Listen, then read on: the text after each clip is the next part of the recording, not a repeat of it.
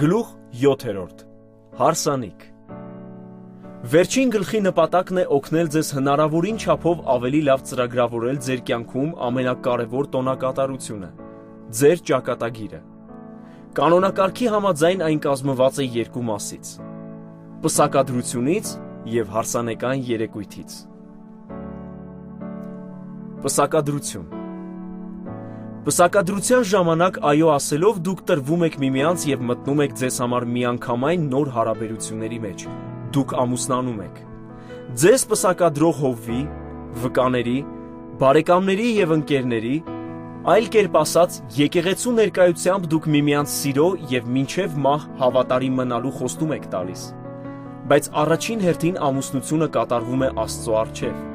Եթե մի մարդ Եհովային ուխտ անի կամ երդում անի իր անձը կապելու համար, նա իր խոսքը դատարկ չանի, ամբողջ իր բերանից դուրս եկածի պես անի։ Թվոց 32։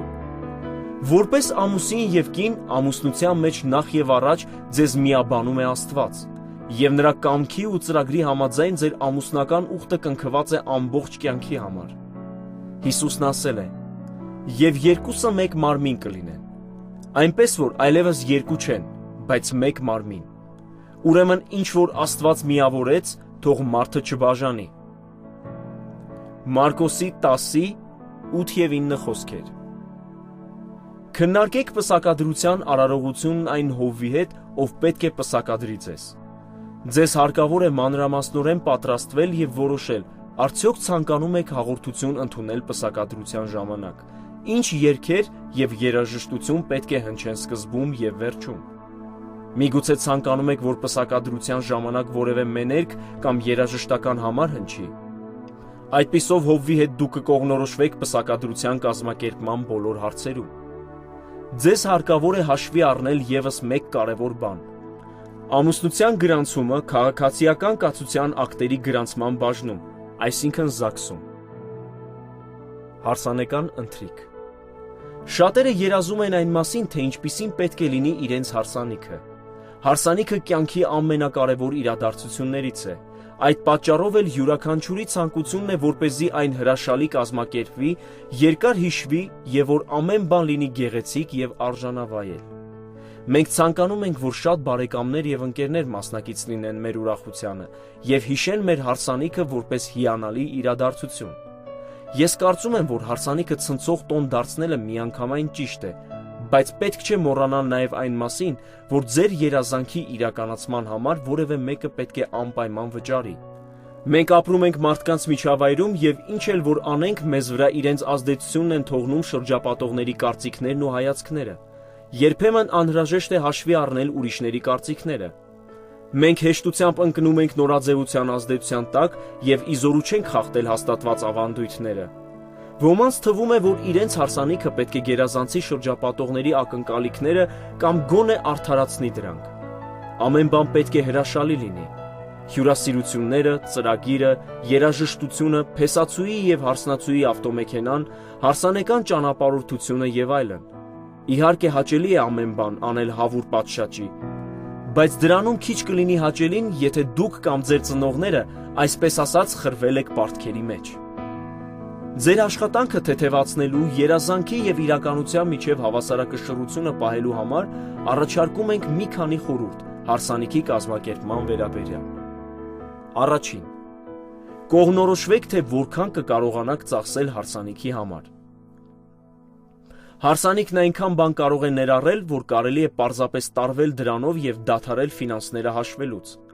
Տարանջատեք ծախսերի վերին սահմանը և դրանից դուրս մի եկեք։ Այդ դեպքում դուք ստիպված կլինեք վերանայել առաջնահերթությունները, այսինքն որոշել, թե ինչն է կարևոր և ինչը ոչ, ինչը պարտադիր պետք է լինի հարսանիքին և ինչը ոչ։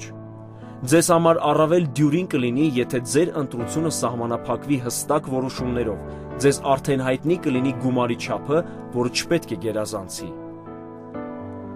Երկրորդ. կազմեք ծախսերի ցուցակը։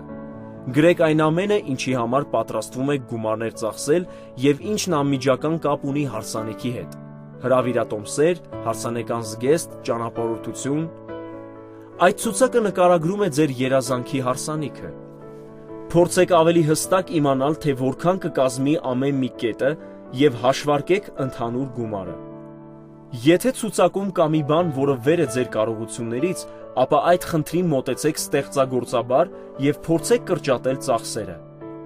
Միգուցե դուք ավելի քիչ հյուրերի հրավիրեք։ Հյուրասիրության համար ընտրեք ուրիշ ըմպելիքներ։ Հարսանիքի համար ընտրեք մեկ այլ վայր, զգեստ եւ այլն։ Եվ երրորդ, ով ինչի համար է վճարում։ Զրուցեք ձեր ծնողների հետ եւ իմացեք նրանց կարծիքն ու ցանկությունները։ Տարբեր ընտանիքներում տարբեր կերպ են բաժանվում ծախսերը, բայց բոլոր ընտանիքներում ընդունված է հարսանեկան ընթրիքի ծախսերը բաժանել զույգերի եւ նրանց ծնողների միջև։ Նախապես պայմանավորվելով, թե ով է վերցնելու ծախսերն իր վրա եւ ինչ է միմյանցից ակնկալում այս կամ այն կողմը, դուք արդյունքում կխուսափեք անցանկալի բախումներից եւ թյուրիմացություններից։ Վերջաբան։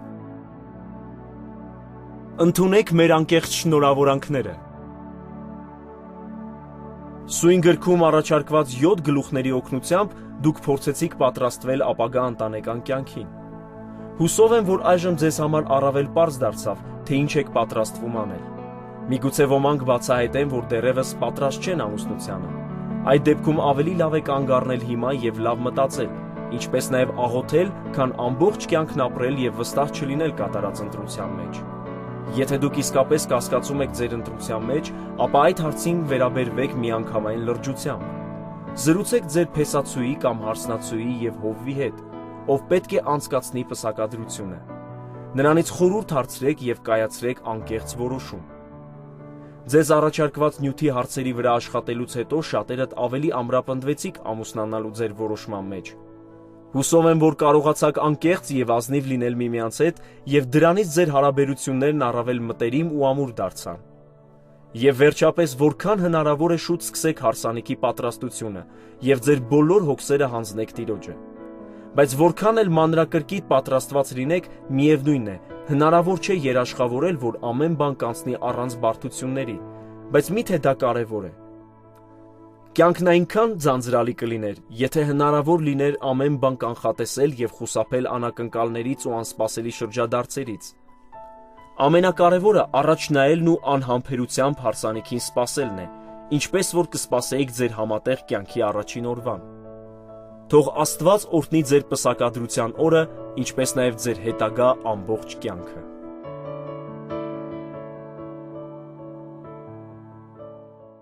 Հեղինակի մասին։ Ռոբերտ Էկը Շվեդիայի Ուպսալա քաղաքի կյանքի խոսք եկեղեցու հովիվն է։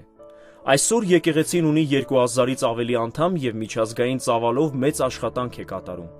Ռոբերտ Էկը մեծ աշխատանք է տանում տեղական եկեղեցին ամրացնելու հարցում, միաժամանակ կարևորելով տնային եկեղեցիների աճն ու կենսունակությունը, ինչպես նաև յուրաքանչյուր հավատացյալի անձնական պատասխանատվությունը Հիսուսի համար մարդկանց շահելու գործում։ Ռոբերտ Էկն ունի ամուսնական եւ ընտանեկան հարցերով խորհրդատուի երկարատև փորձառություն։ Նա ամուսնացած է, ունի 7 երեխա եւ 2 թոռնիկ։